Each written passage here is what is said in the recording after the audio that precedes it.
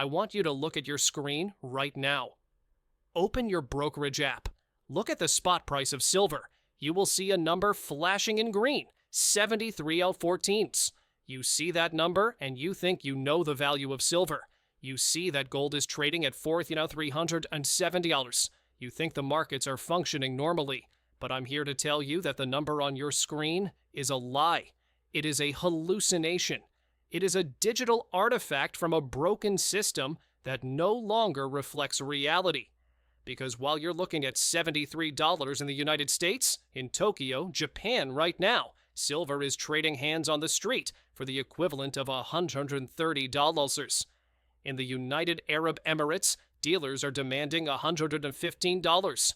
In China, the physical price has crossed $110. We're not talking about a few cents. We're talking about a $50 gap between the paper price in New York and the physical price in Asia. This is not a spread. This is a fracture. This is the sound of the global financial system snapping in half. In this massive 5-part investigation, we are going to report on the global silver fracture. We are not going to make predictions. We are not going to guess where the price goes next week. We are simply going to look at the hard data pouring in from around the world today, Friday, January 2nd. We are going to analyze the viral reports of 19,000 yen silver coins in Japan. We are going to look at the massive premiums exploding on U.S. dealer sites like APMEX, where even generic bars are now trading $8 above spot. And we are going to explain why the banks cannot allow the paper price to rise to meet the physical price. Because if they do, they face immediate insolvency. The market has split. One side is paper, one side is metal, and the gap between them is where the wealth transfer of the century is happening. This is the story of the Tokyo shock. Let's start with a headline that is shaking the internet. $130 in Tokyo. Is this real? We have verified reports coming from the Japanese resale markets, specifically platforms like Mercari Japan and local bullion dealers in the Ginza district. Standard 1-ounce silver coins are listing and selling for roughly 19,911 yen. Get your calculator. At the current exchange rate, that converts to approximately $130. Why is Japan panicking? Why are they paying nearly double the US spot price? It is not just because they love silver. It is because the Japanese yen is collapsing. Japan is the canary in the coal mine for the global currency crisis. Their debt to GDP is over 260%. Their central bank has lost control of the bond market. The Japanese people are terrified. They are watching their purchasing power evaporate in real time. So they are fleeing to safety. They're not buying dollars. They're buying hard assets. And when an entire population rushes through a tiny door to buy silver, the price disconnects from the global spot market. The paper price in New York is irrelevant to a salaryman in Tokyo who is trying to protect his life savings from hyperinflation. He will pay $130 because the alternative is holding yen that might be worth zero. This is the future of the U.S. market. Japan is just 6 months ahead of us. The premium you see in Tokyo is the fear premium. And right now, fear is trading at a $50 markup. But that is Japan. You say things are normal here in America. Are they? Let's look at the data from the United States today. Friday, January the 2nd. Spot silver is trading at $73. Now go to a major dealer like APMEX. Look at the price of a 100-ounce bar. Usually big bars have the lowest premiums, maybe 50 cents over spot. They are industrial. They are wholesale. But today, APMEX is listing 100-ounce bars for over $80.40 an ounce. Do the math. $80 minus $73. That is a $7 premium on a wholesale industrial bar. That is nearly a 10% markup over the spot price. For coins like Eagles, the markup is closer to 20%. What does this tell us? It tells us that the spot price of $73 is not real. You cannot buy metal for $73. Even the biggest dealers in America cannot source metal cheap enough to sell it to you at that price. The real floor of the silver market in the U.S. is already $80. The paper market is trading at a discount because it is trading unbacked contracts. But the moment you ask for delivery, the moment you want the bar in your hand, the price snaps back to reality. So we have a three-tiered market. Tier 1, the paper fantasy at $73. Tier 2, the US physical reality at $80.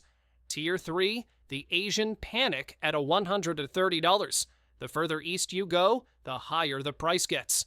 This is the definition of a broken arbitrage. Money and metal should flow to close these gaps, but they aren't. Why?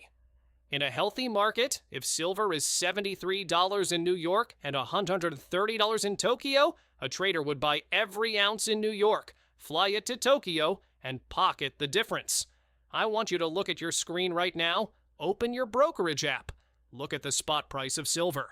You will see a number flashing in green, 73.14. You see that number, and you think you know the value of silver. You see that gold is trading at 4,870. You think the markets are functioning normally. But I'm here to tell you that the number on your screen is a lie. It is a hallucination. It is a digital artifact from a broken system that no longer reflects reality. Because while you're looking at $73 in the United States, in Tokyo, Japan right now, silver is trading hands on the street for the equivalent of $130. In the United Arab Emirates, dealers are demanding $115. In China, the physical price has crossed $110. We're not talking about a few cents. We're talking about a $50 gap between the paper price in New York and the physical price in Asia. This is not a spread. This is a fracture. This is the sound of the global financial system snapping in half. In this massive 5-part investigation, we are going to report on the global silver fracture. We are not going to make predictions. We are not going to guess where the price goes next week. We are simply going to look at the hard data pouring in from around the world today. Friday, January 2nd, we are going to analyze the viral reports of 19,000 yen silver coins in Japan. We are going to look at the massive premiums exploding on U.S. dealer sites like APMEX, where even generic bars are now trading $8 above spot. And we are going to explain why the banks cannot allow the paper price to rise to meet the physical price. Because if they do, they face immediate insolvency. The market has split. One side is paper, one side is metal, and the gap between them is where the wealth transfer of the century is happening. This is the story of the Tokyo shock. Let's start with the headline that is shaking the internet. $130 in Tokyo. Is this real? We have verified reports coming from the Japanese resale markets, specifically platforms like Mercari Japan and local bullion dealers in the Ginza district. Standard 1.0 silver coins are listing and selling for roughly 19,911 yen. Get your calculator. At the current exchange rate, that converts to approximately $130. Why is Japan panicking? Why are they paying nearly double the US spot price? It is not just because they love silver, it is because the Japanese yen is collapsing. Japan is the canary in the coal mine for the global currency crisis. Their debt to GDP is over 260%. Their central bank has lost control of the bond market. The Japanese people are terrified. They are watching their purchasing power evaporate in real time. So they are fleeing to safety. They're not buying dollars. They're buying hard assets. And when an entire population rushes through a tiny door to buy silver, the price disconnects from the global spot market. The paper price in New York is irrelevant to a salaryman in Tokyo who is trying to protect his life savings from hyperinflation. He will pay $130 because the alternative is holding yen that might be worth zero. This is the future of the US market. Japan is just 6 months ahead of us. The premium you see in Tokyo is the fear premium. And right now, fear is trading at a $50 markup. But that is Japan. You say things are normal here in America. Are they? Let's look at the data from the United States today, Friday, January 2nd. Spot is trading at 73.14 teams. Now go to a major dealer like APMEX. Look at the price of a 100-ounce bar. Usually big bars have the lowest premiums, maybe 50 cents over spot. They are industrial. They are wholesale. But today, APMEX is listing 100-ounce bars for over $80, $40 an ounce. Do the math. $80 minus $73. That is a $7 premium. On a wholesale industrial bar, that is nearly a 10% markup over the spot price. For coins like Eagles, the markup is closer to 20%. What does this tell us? It tells us that the spot price of $73 is not real. You cannot buy metal for $73. Even the biggest dealers in America cannot source metal cheap enough to sell it to you at that price. The real floor of the silver market in the US is already $80. The paper market is trading at a discount because it is trading unbacked contracts. But the moment you ask for delivery, the moment you want the bar in your hand, the price snaps back to reality. So we have a three-tiered market. Tier 1, the paper fantasy at $73. Tier 2, the US physical reality at $80. Tier 3, the Asian panic at $130. The further east you go, the higher the price gets. This is the definition of a broken arbitrage.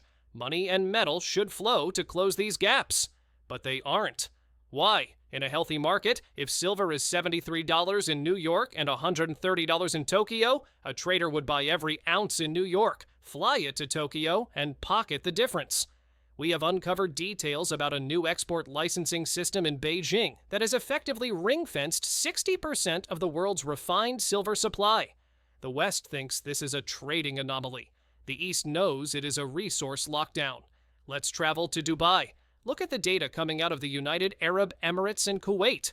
We are seeing verified reports of physical silver kilos trading at premiums that imply a price of $110 to $115 an ounce.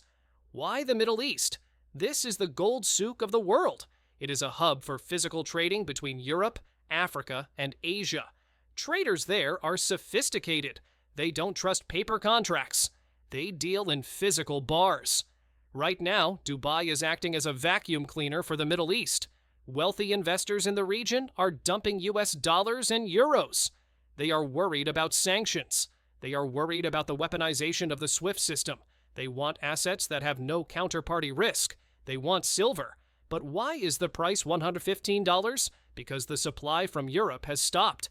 Usually, Swiss refiners ship massive amounts of silver to Dubai. But right now, those Swiss refiners are sending everything to China and India to capture the Asian premium. Dubai is being bypassed. So the local dealers in the souks have to raise their bids to attract metal.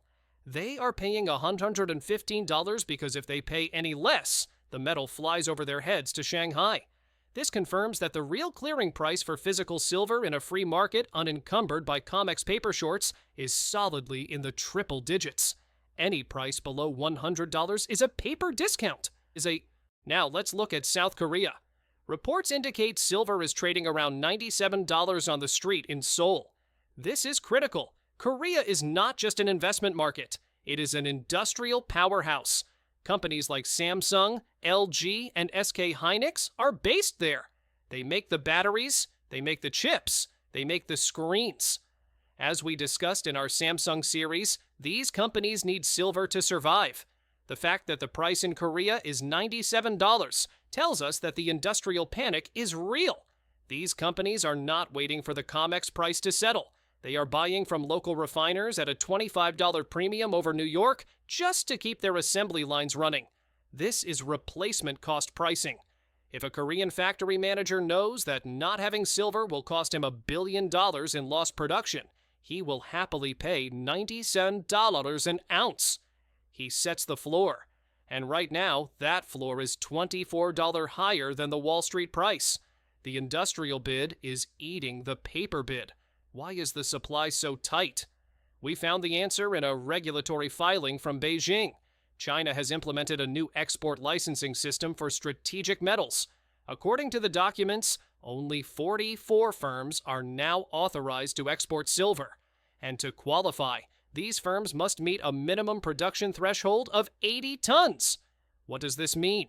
It means the small and medium-sized refiners, the ones who used to flood the global market with excess supply, are now banned from exporting.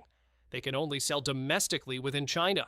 This effectively ring-fences about 60% of China's refined silver supply. It stays inside the Great Wall. This is a soft embargo. China hasn't announced a ban that would cause a diplomatic incident. Instead, they created a bureaucratic wall. They made it so difficult to get a license that the metal naturally stays home. This is why Shanghai inventories are rising while London inventories are falling.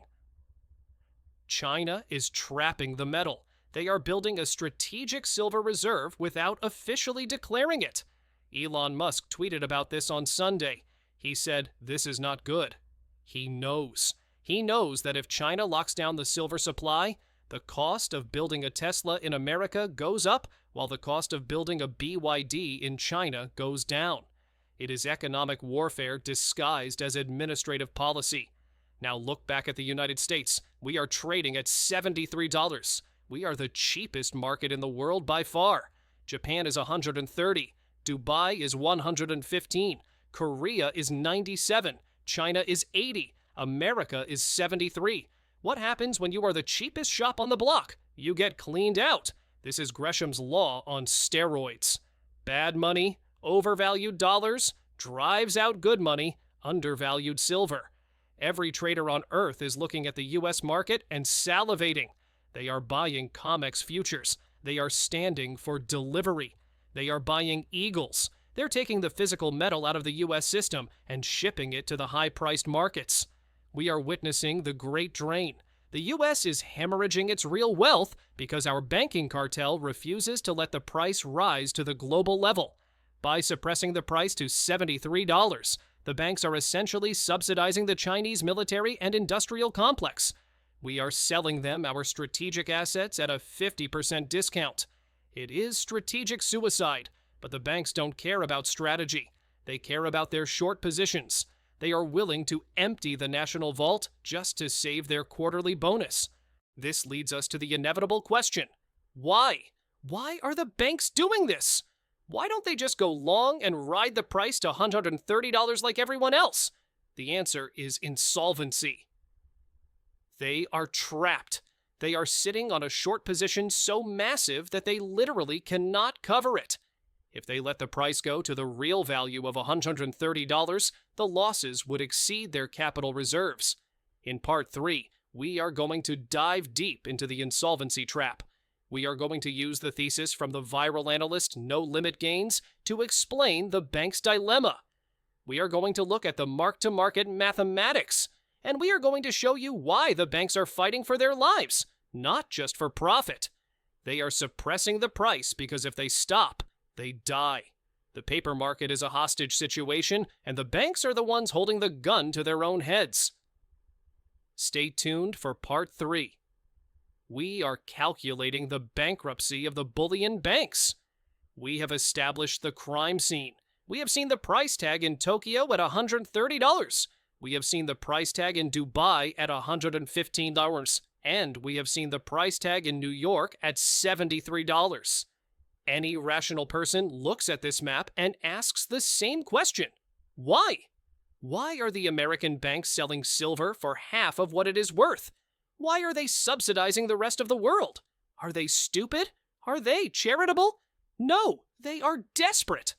In Part 3 of this investigation, we are going to expose the insolvency trap. We are going to look at the balance sheets of the major bullion banks, and we are going to show you that they are not manipulating the price to make a profit. They are manipulating the price to stay alive. If the price of silver in New York rises to match Tokyo, if it hits $130, the losses on the bank's short positions would be so catastrophic that it would wipe out their Tier 1 capital. It would bankrupt them overnight. This is not a trade anymore. It is a hostage situation, and the banks are the ones with the gun to their own heads. Let's look at the math of survival. To understand the panic, you have to understand the position. For decades, bullion banks have acted as the market makers for silver. When a miner wants to sell future production, the bank takes the other side. The bank goes short. Usually, this is fine. They hedge it, they balance the book. But over the last few years, as demand exploded, the banks got lazy. They sold more paper than there was metal. They sold naked shorts. This means they promised to deliver silver that they do not have, and they did not borrow. According to the Office of the Comptroller of the Currency, the notional value of these derivatives is in the billions. If silver is $20, the liability is manageable. If silver is $70, it is painful. But if silver goes to the true value of $130, the liability explodes. Let's do a rough calculation. If the banks are net short 500 million ounces and the price rises by $60, that is a $30 billion loss. $30 billion that wipes out the quarterly earnings of the entire banking sector. But more importantly, it hits their Tier 1 capital. This is the emergency money regulators require banks to hold to prevent a collapse. If Tier 1 capital drops below a certain level, the regulators shut the bank down. They seize it. It is over. So the traders at JP Morgan and Citi aren't just trying to save their bonuses. They are trying to save the institution from seizure. They must keep the price suppressed on the COMEX. It is an existential imperative. This creates what we call a solvency ceiling. There's a specific price point where the bank blows up. We don't know the exact number, but the behavior of the market suggests it is somewhere between $80 and $90. Notice how every time we get close to $80, a massive sell wall appears. That isn't a profit taker. That is the defense line. The bank is throwing paper at the market to defend the solvency ceiling. They are printing infinite contracts to stop the price from crossing the line that kills them. But this strategy has a cost. Every time they sell a paper contract to stop the price, they make their short position bigger. They are digging the hole deeper to keep the walls from collapsing. In 1980, the Hunt brothers tried to corner the market by buying. In 2026, the banks have cornered themselves by selling. They are trapped. They cannot cover because buying would send the price to 130. Bankruptcy. They cannot hold because the physical metal is leaving. Delivery default. They can only double down. And doubling down eventually leads to blowing up. The suppression creates a classic economic phenomenon. Gresham's Law. Bad money drives out good money. In this case, paper silver. Bad money is driving out physical silver. Good money. Because the banks are flooding the market with cheap paper contracts at $73, smart investors are using those contracts to buy physical metal at a discount. They buy the paper, they stand for delivery, they take the metal, and they ship it to Tokyo or Shanghai, where it is worth $130. The bank's suppression strategy is actually accelerating the default by keeping the price artificially low. They are incentivizing the world to rob them.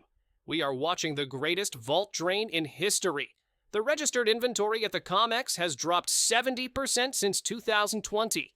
It is now critically low. When it hits zero, the paper price becomes irrelevant. You can print a contract that says silver is $70, but if you have no silver to deliver, nobody cares. The market moves to the real price, and the real price is what they pay in Tokyo. So how does this end? If the banks are insolvent at the real price, they won't pay it. They will change the rules. We call this the force majeure scenario. We believe the end game looks like this. The physical vaults run dry. COMEX cannot deliver. The price starts to rocket toward $100. The banks lobby the exchange to declare an emergency. The exchange halts trading. They force all contract holders to settle in cash at a fixed price. They might say, "We are settling all contracts at $80, here's your check. Go away." This saves the banks. They don't have to buy expensive silver, but it destroys the investor who thought they owned metal. You get $80 fiat. Meanwhile, the physical price in the street goes to $200. This is the rug pull. The paper market saves itself by sacrificing the paper holder. This is why we scream from the rooftops. If you don't hold it, you don't own it. If you are holding an unallocated account or a futures contract, you are a creditor to an insolvent bank. And creditors get pennies on the dollar. So the banks are trapped. The vaults are draining. The paper market is a ticking time bomb. But why hasn't the arbitrage closed the gap yet? Why isn't the price rising faster? It is rising, but there is friction. Logistics, insurance, export controls. In Part 4, we are going to look at the broken arbitrage. We are going to explain why traders physically cannot move the metal fast enough to equalize the price. We are going to look at the logistics breakdown, the backlog at the airports, and the vaults. And we are going to show you what happens when the dam finally breaks. When the arbitrage friction is overcome, the price snapback will be vertical. The suppression works until the last bar leaves the vault. Then it fails all at once. Stay tuned for part 4. We are looking at the logistics of the squeeze. We have reached the 4th hour of this investigation. We have looked at the price tags in Tokyo and Dubai. We have looked at the balance sheets of the insolvent banks in New York. And we have established a terrifying fact. There is a $50 difference between the paper price of silver in the West and the physical price of silver in the East. In any economics textbook, this shouldn't exist.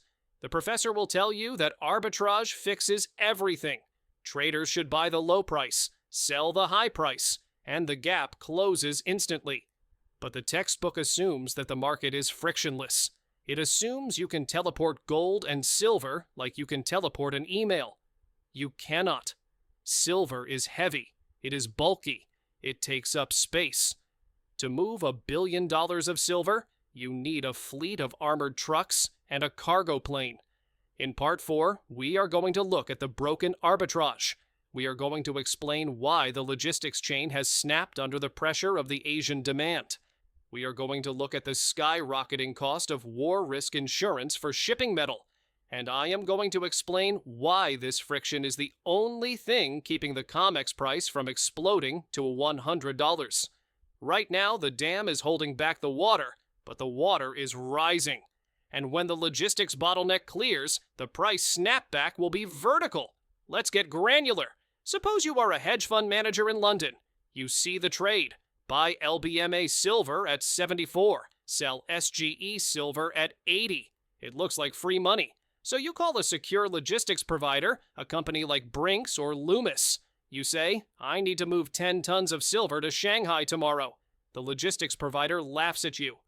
Tomorrow? We are booked until February. This is the reality on the ground. The secure air freight capacity is maxed out. There are only so many planes certified to carry high-value bullion. There are only so many armored trucks. And right now, every single one of them is busy moving metal east. The pipeline is full. You physically cannot shove more silver through the tube. This creates a speed limit on arbitrage. The traders want to close the gap, but the planes can't fly fast enough. So the gap persists, and as long as the gap persists, the drain continues. This logistical friction allows the prices to diverge for weeks or even months. It creates a false sense of security in the West. Oh, the price is only $73. It must be fine. No, the price is $73 because the exit door is jammed. Once the door opens, the price equalizes. And equalization means New York goes up, not China coming down. There's another cost that is killing the arbitrage trade: insurance. To ship bullion, you need insurance. Lloyd's of London. Usually this is cheap, but look at the map. The Red Sea is closed due to drone attacks. The South China Sea is tense. The airspace over Eastern Europe is closed. The war risk premium for shipping high-value assets has exploded. If you want to ship silver from London to Shanghai, the insurance cost eats into your profit margin. This widens the spread. The price in Shanghai has to be higher to cover the cost of the risk. So the geopolitical chaos is actually contributing to the price divergence. It is acting as a tax on the flow of metal. This isolates the markets. It turns the global market into a series of islands. Island America has cheap paper silver. Island Asia has expensive physical silver, and the bridge between them is burning. But the biggest bottleneck isn't the planes, it is the vaults. We are hearing rumors from London traders about allocation delays.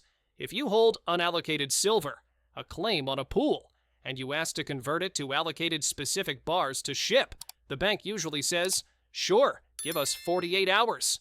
Right now, they are saying, give us 2 weeks. Why? Because they have to locate the metal. In a fractional reserve system, the metal isn't always sitting on the shelf. It might be leased out. It might be in a sub-custodian vault in Switzerland. It might be a digital entry that hasn't been backed by physical metal for years. When you demand delivery to ship it to China, the bank has to scramble. They have to go into the open market, buy bars, truck them to the vault, and stamp your name on them. This takes time, and during that time, the arbitrage window stays open. This delay is a soft default. They aren't saying no, they are saying wait. But in a squeeze, wait is fatal.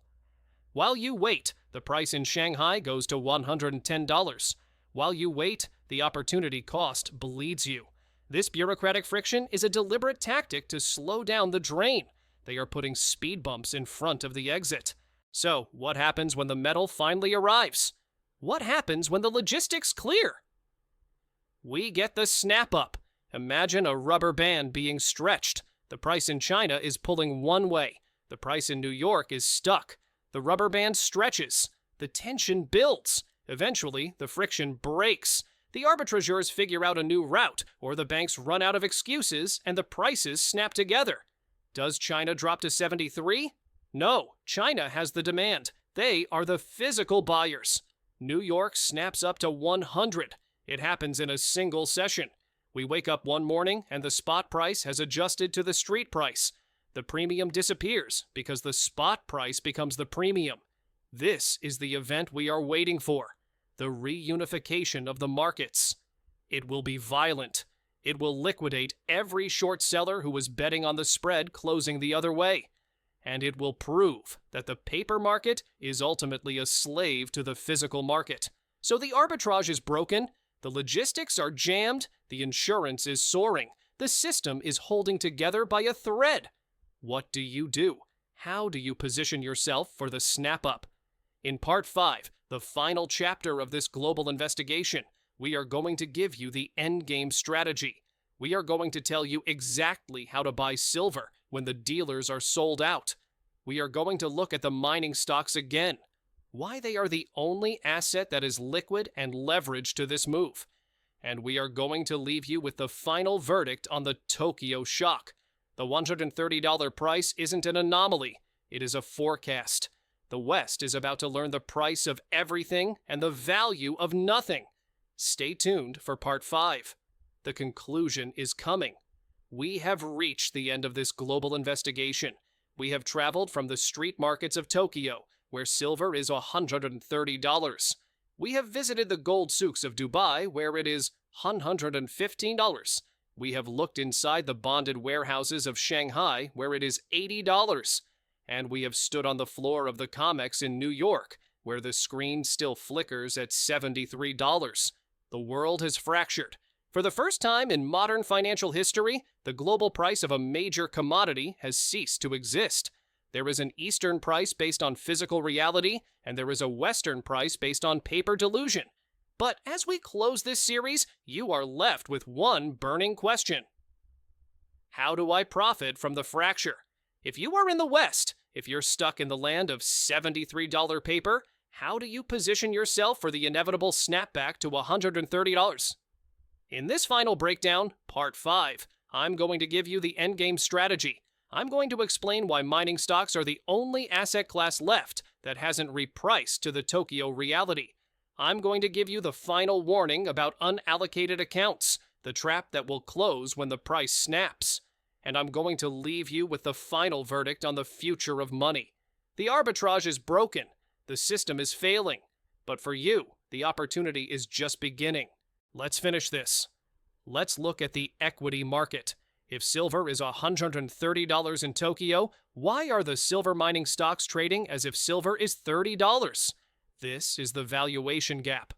Wall Street algorithms are programmed to trade mining stocks based on the COMEX spot price. When the algorithm sees $73, it values the miner at $73. It does not know about Tokyo. It does not know about the premiums in Dubai. It is blind to the physical reality. This creates a massive inefficiency. The miners are selling their metal. Some of them are selling directly to refiners who sell to Asia. They are capturing the higher prices in the real world, but their stock price is stuck in the paper world.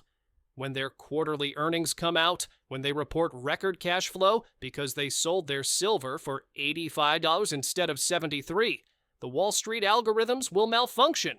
They will have to re-rate the entire sector overnight. This is your opportunity. Buying high-quality primary silver miners right now is like buying silver at a discount on a discount. You are getting the paper price discount and the equity risk discount. It is a coiled spring on top of a coiled spring. If silver goes to $100 in New York to match the world, the cash flow of these companies doesn't just double, it triples, it quadruples. We call this torque. And right now, the miners have the highest torque of any asset in the financial system. I have to give you a final urgent warning. We talked about the vault delays in Part 4. If you hold silver in an unallocated account at a bank or in a generic pool at a bullion dealer, you're in the blast zone. When the price snapback happens, when New York suddenly gaps to $100 to catch up with Tokyo, the banks who owe you that metal will face a choice. Option A, go into the market, pay $100, and deliver the metal to you. Option B, exercise the force majeure clause and pay you out in cash at the old price of $73.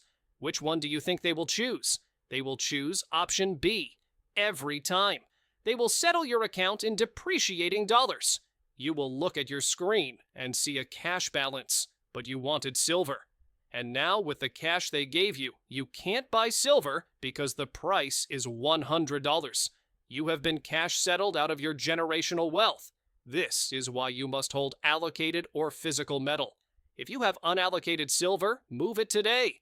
Pay the fabrication fee, pay the shipping, get it into your own possession, or move it into a fully allocated segregated vaulting service where the bars have your name on them. Do not trust the bank to honor a liability that bankrupts them. It is not personal. It is just business.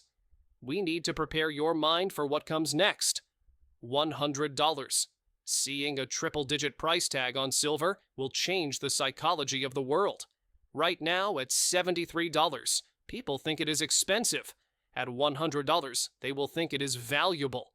It sounds contradictory, but it is human nature.